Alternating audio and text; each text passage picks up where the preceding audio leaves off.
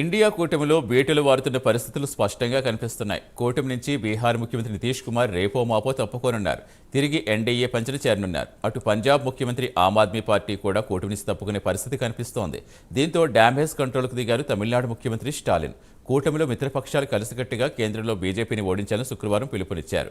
నితీష్ లాంటి నమ్మక ద్రోహులు గుణపాఠం చెప్పాలన్నారు. ఇంకా ఏమన్నారో మరింత సమాచారం చూద్దాం.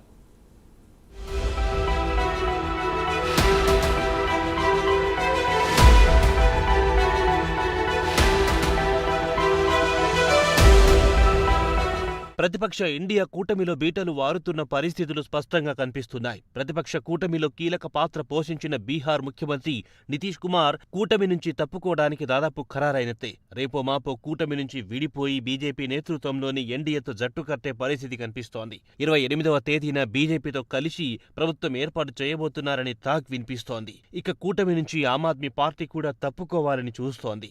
ఆ పార్టీతో పంజాబ్లో ఒంటరిగా పోటీ చేసి మెజార్టీ సీట్లు దక్కించుకోవాలని చూస్తోంది. అందుకే కూటమి నుంచి తప్పుకోవాలని చూస్తోంది. ఈ నేపథ్యంలో తమిళనాడు ముఖ్యమంత్రి ఎంకే స్టాలిన్ మాత్రం ఇండియా కూటమి చీలకుండా తన వంతు ప్రయత్నాలు ముమ్మరం చేస్తున్నారు.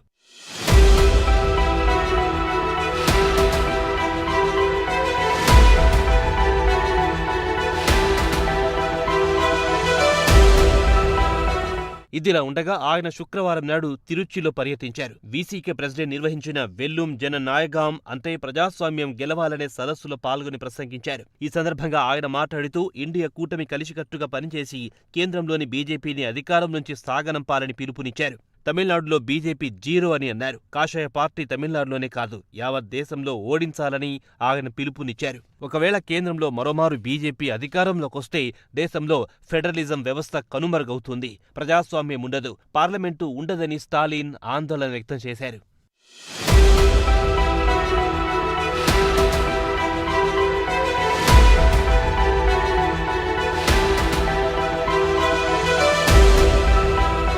ప్రస్తుతం జమ్మూ కశ్మీర్ను చూస్తున్నాం కదా. జమ్మూ కశ్మీర్ను రెండుగా విభజించి కేంద్రపాలిత ప్రాంతాలుగా చేశారు. ఒకవేళ కేంద్రంలో బీజేపీ అధికారంలోకొస్తే దేశంలో అంతకంటే పరిస్థితులు దారుణంగా తయారవుతాయన్నారు స్టాలిన్. యావత్ దేశం నియంతృత్వంలోకి వెళ్లిపోతుంది, ఊహించిన దానికంటే పరిస్థితులు మరింత దారుణంగా తయారవుతాయన్నారు. రాబోయే ప్రమాదాన్ని ముందుగా పసిగట్టి ప్రతిపక్ష పార్టీలని కలిసికట్టుగా బీజేపీని ఓడించాలని స్టాలిన్ పిలుపునిచ్చారు.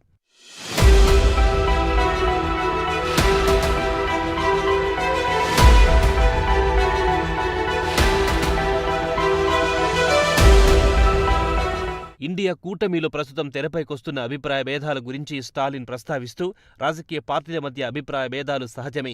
ఒక రాష్ట్రానికి మరో రాష్ట్రానికి మధ్య రాజకీయాలు, అక్కడి పరిస్థితులు వేరువేరుగా ఉంటాయి.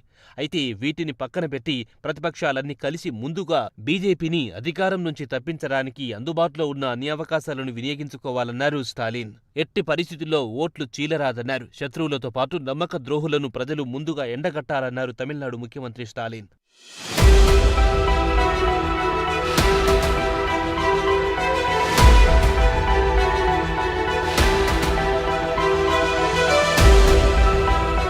భావ సారూప్యత కలిగిన పార్టీలని కలిసి ఒకే గొడుగు కిందికి రావాలని స్టాలిన్ పిలుపునిచ్చారు.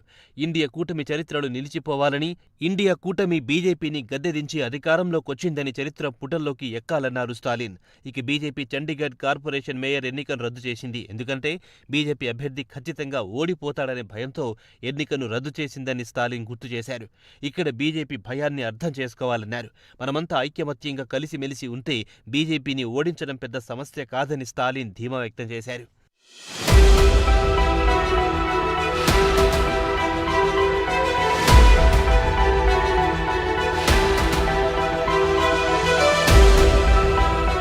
వెల్లుం జన నాయగాం సదస్సులో స్టాలిన్ మాట్లాడుతూ ప్రజాస్వామ్యం గెలుస్తుందని చెప్పడం కాదు, మనమందరం కలిసి ఐకమత్యంగా ప్రజాస్వామ్యాన్ని నిలబెట్టాలన్నారు. ఇండియాలో నిజమైన ఫెడరల్ ప్రభుత్వం ఏర్పాటు చేయడానికి ప్రతి ఒక్కరూ బాధ్యతగా పనిచేయాలన్నారు. కేంద్రంలో ఫెడరల్ గవర్నమెంట్ను స్థాపించాలి. అదే సమయంలో రాష్ట్రాలకు స్వయం ప్రతిపత్తి ఇవ్వాలని స్టాలిన్ కోరారు. పనిలో పనిగా తిరుమావళవన్ను ప్రశంసించారు. ఆయన ఎప్పుడు తన వెంటే ఉన్నారని, తమ మధ్య సైద్ధాంతికపరమైన సంబంధాలు కేవలం ఎన్నికలు, రాజకీయ సంబంధాలు కావని స్టాలిన్ వివరించారు.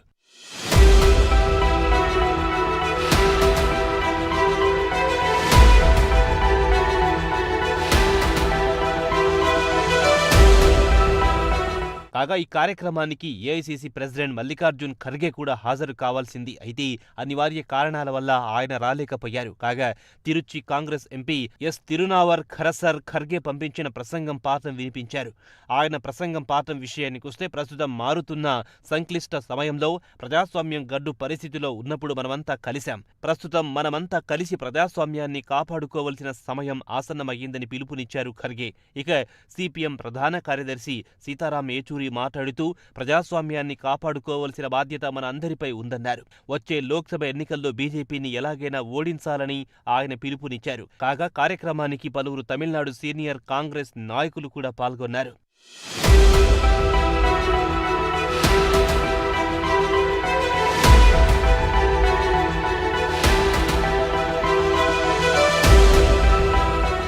ఇండియా కూటమి ఏర్పడిన 7 నెలల తర్వాత కూటమిలో చీలికలు ఏర్పడ్డాయి. కాగా కూటమికి ఏకంగా 2 దెబ్బలు తగిలాయి. ఒకటి తృణమూల్ కాంగ్రెస్ నుంచి, రెండోది ఆమ్ ఆద్మీ పార్టీ నుంచి.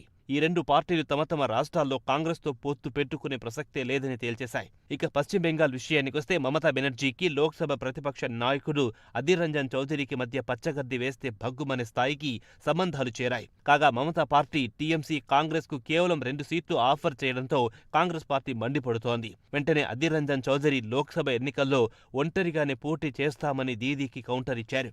ఇక టీఎంసీ వాదన ఏమిటంటే రాష్ట్రంలో కాంగ్రెస్కు 4% కంటే ఎక్కువ ఓటు షేర్ ఉంది కాబట్టి 2 సీట్లు ఆఫర్ చేశామని వివరణ ఇచ్చింది.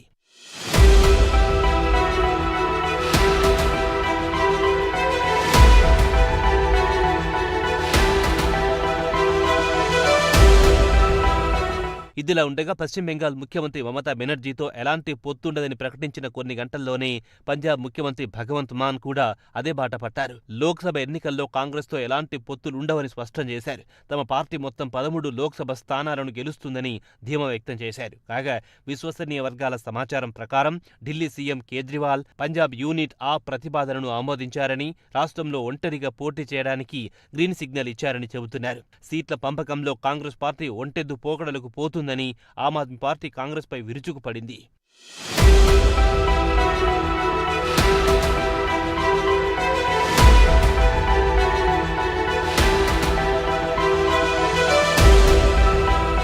ప్రస్తుతం ఇండియా కూటమి నుంచి 3 పార్టీలు దూరం జరిగే పరిస్థితి కనిపిస్తోంది. మమతా బెనర్జీ, ఆమ్ ఆద్మీ పార్టీ, నితీష్ కుమార్లు కూటమి నుంచి తప్పుకునే అవకాశాలున్నాయి. మరి రాబోయే రోజుల్లో కూటమి నుంచి ఎన్ని పార్టీలు బయటికొస్తాయో కాలమే చెప్పాలి.